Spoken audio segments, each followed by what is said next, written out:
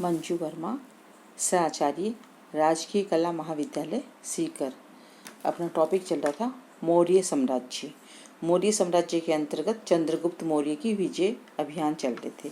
अब इसमें आगे है उस चंद्रगुप्त मौर्य की अन्य विजय। प्लूटार्क और जस्टिन दोनों ही चंद्रगुप्त मौर्य को संपूर्ण भारत का शासक बताते हैं। महावंश टीका में भी उसे सकल जम्बूद्वीप का शासक बताया गया है। मुद्रा राक्षस से विदित हो चुका है कि अशोक के समय में मौर्य साम्राज्य उत्तर मैसूर तक फैल चुका था। पश्चिमी भारत व दक्षिण भारत की विजय का श्रेय चंद्रगुप्त मौर्य को ही दिया जा सकता है।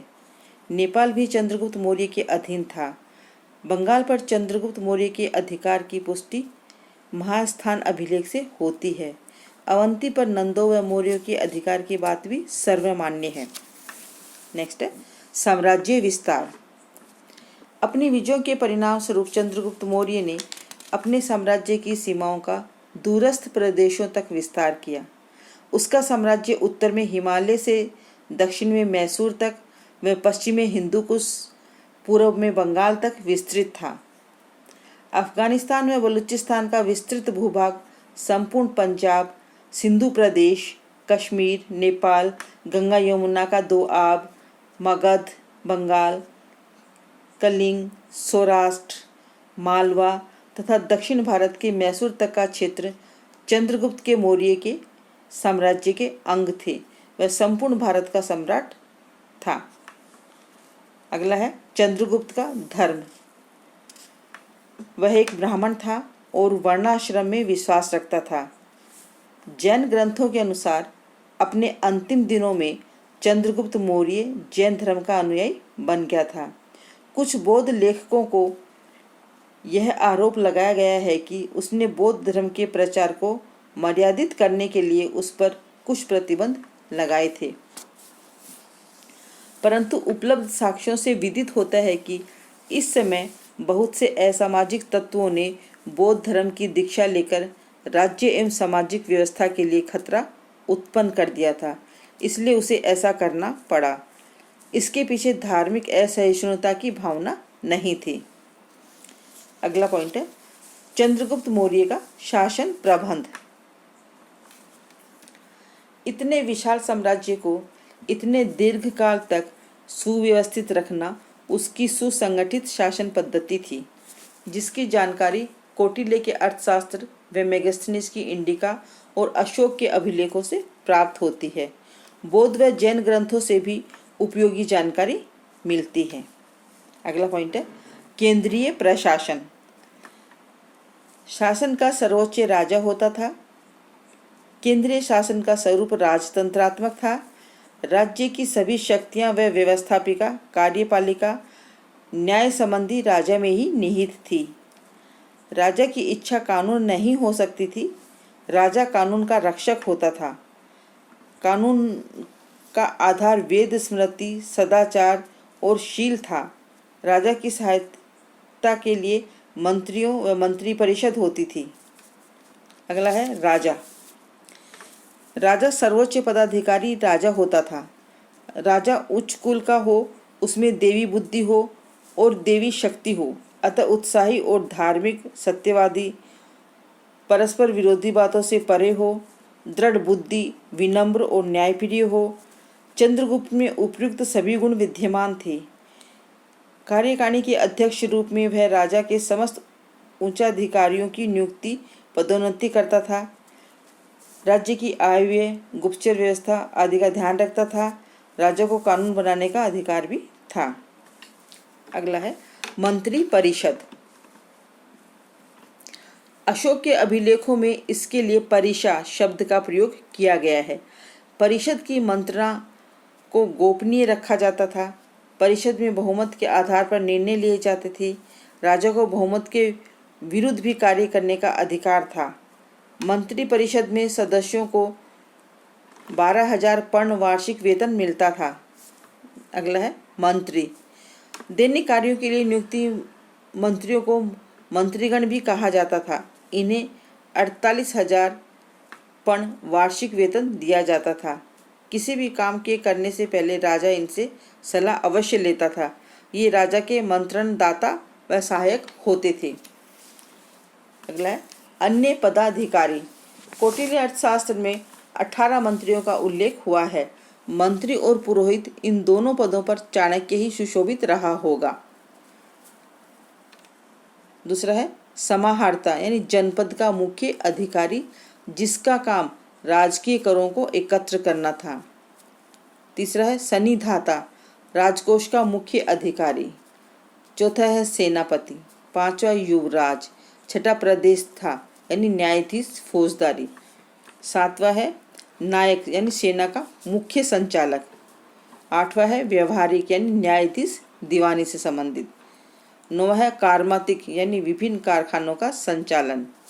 10वां है मंत्री परिदेशक दंडपालक। 11वां दंडपालक पुलिस और मंत्री। 12वां है अंतपाल यानी सीमा मंत्री।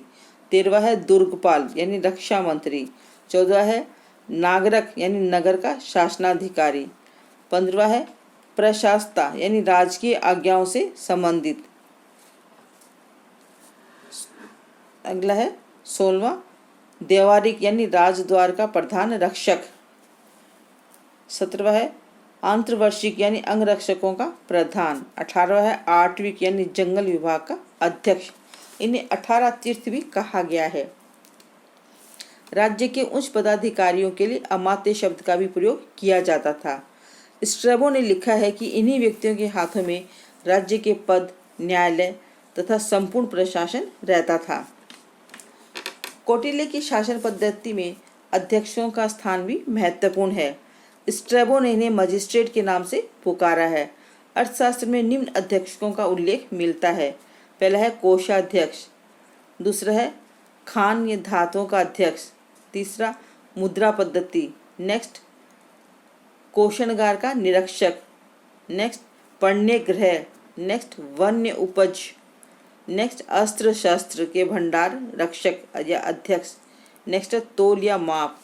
नेक्स्ट मापने के विविध साधनों। नेक्स्ट विभिन्न करों का एकत्रण करना। नेक्स्ट सूत के काम का अध्यक्ष। नेक्स्ट कृषि से संबंधित। नेक्स्ट सुरा पर नियंत्रण रखने वाला। नेक्स्ट बूचड़खानों का अधिकारी। नेक्स्ट वेश्याओं पर निगरानी रखने वाला। नेक्स्ट जल मार्गों का अधिकारी। नेक्स्ट पालतू पशुओं से संबंधित। नेक्स्ट अश्वाध्यक्ष। नेक्स्ट हाथियों से संबंधित। नेक्स्ट रक्षाध्यक्ष। नेक्स्ट गोचर भूमि की व्यवस्था करने वाला। नेक्स्ट देश से बाहर आने जाने के पासपोर्ट की व्यवस्था करने वाला। नेक्स्ट देवताओं के मंदिरों की व्यवस्था करने वाला। उपयुक्त सभी अधिकारी अध्यक्ष शासन के आधार पर स्तंभ थे। नेक्स्ट प्रांतीय शासन प्रबंध। चंद्रगुप्त के विस्तृत साम्राज्य और उस युग की गमनागमन तथा संपर्क व्यवस्था को देखते हुए यह अनुमान लगाया जा सकता है कि शासन व्यवस्था को सुचारू रूप से चलाने के लिए साम्राज्य प्रांतों में विभाजित रहा होगा, परंतु चंद्रगुप्त के समय कितने प्रांत रहे होंगे इसकी निश्चित जानकारी नहीं मिलती है। अशोक के समय मौर्य साम्राज्य उत्तरप्रायण, मध्य प्रदेश, अवंती, कलिंग, दक्षिणापथ में विभाजित था। प्रांत का सर्वोच्च अधिकारी कुमार महापात्र यानी वायसराय कहलाता था, जिसका कार्य प्रांत में शांति एवं व्यवस्था बनाए रखना था। कुमार महामात्य को परामर्श देने के लिए जनता के प्रतिनिधि भी होते थे। जनता का सर्वोच्च अधिकारी समाहर्त शासन की छोटी इकाई ग्राम व उसके मुखिया को ग्रामिक कहते थे। नगरों का प्रबंध। नगर के प्रबंध के लिए नगराध्यक्ष या नागरक नामक अधिकारी होता था। मेगस्थनीज ने पाटलिपुत्र नगर की व्यवस्था का उल्लेख करते हुए लिखा है कि नगर का शासन 30 सदस्यों के नगर मंडल द्वारा होता था। नगरों के प्रबंध की पूरी जानकारी उपलब्ध नहीं है। नेक्स्ट न्याय व्यवस्था। राज्य का सर्वोच्च न्यायालय राजा स्वयं होता था। वह किसी न्यायालय के निर्णय के विरुद्ध अपील की सुनवाई करता था और किसी भी न्यायालय के निर्णय को रद्द कर सकता था। मौर्यकालीन न्यायालय में 2 श्रेणियों में विभाजित किया जा सकता है, दीवानी और दूसरा फौजदारी। कोई भी न्यायाधीश मनमानी नहीं कर सकता था। गलत निर्णय पर न्यायाधीशों तथा अधिकारियों के लिए भी कठोर दंड की व्यवस्था थी। नेक्स्ट है गुप्तचर व्यवस्था। इस विभाग को यूनानी लेखक एरियन ने उन्हें ओवरशियर और स्ट्रैबो ने इंस्पेक्टर के नाम से संबोधित किया है। इस विभाग में स्त्रियों भी काम करती थी। गुप्तचरों की 2 श्रेणियां थी, स्थायी संख्या, दूसरा संथारा यानी भ्रमण। गुप्तचर लोग प्राय संकेत लिपि का प्रयोग करते थे। वे वेश धारण कर समाज में रहते हुए अपना काम करते थे। अगला है राज्य की आय का साधन। राज्य की अधिकांश आय भूमि से प्राप्त होती थी। भूमि 2 श्रेणियों में विभाजित थी। पहली है वह भूमि जो सीधे राज्य के अधिकार में थी और दूसरी है इससे प्राप्त आय को सीता कहते थे। वह भूमि जो किसानों के अधिकार में थी, इससे मिलने वाली आय को भाग कहते थे, जो किसानों की कुल उपज का 1/5 और 1/4 भाग होता था। भूमि से उत्पन्न सेतु फल, फूल, मूल और तरकारियों पर लिए जाने वाला कर वन कर होता था। राज्य की आय का अन्य मुख्य साधन आयात और निर्यात कर, जिन्हें क्रमशः प्रवेश्य और निष्क्राम्य कहा जाता था।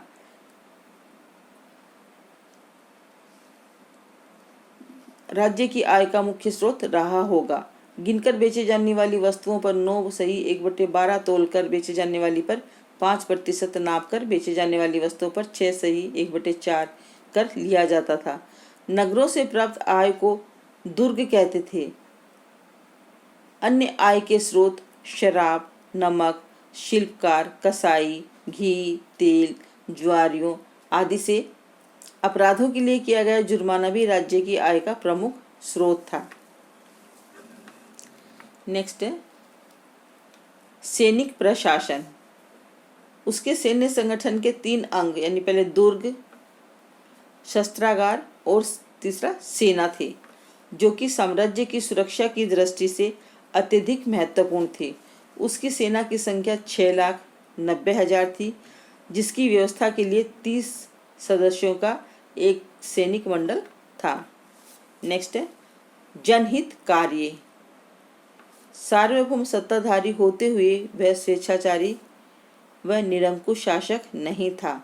संपूर्ण शासन व्यवस्था का मूल आधार जन कल्याण की भावना थी। सड़कों तथा सरायों का निर्माण, कुएं, तालाब, झील, नहरें आदि बनवाए, मुफ्त औषधियों का वितरण, शिक्षण संस्थाओं को पर्याप्त अनुदान की व्यवस्था की गई थी। लोक कल्याण विभाग वृद्ध, अनाथों, अपाहिजों और बालकों की भी देखभाल करता था। नेक्स्ट है मेगास्थनीज का विवरण। ये आपको अगले व्याख्यान में बताया जाएगा, मेगास्थनीज का वर्णन।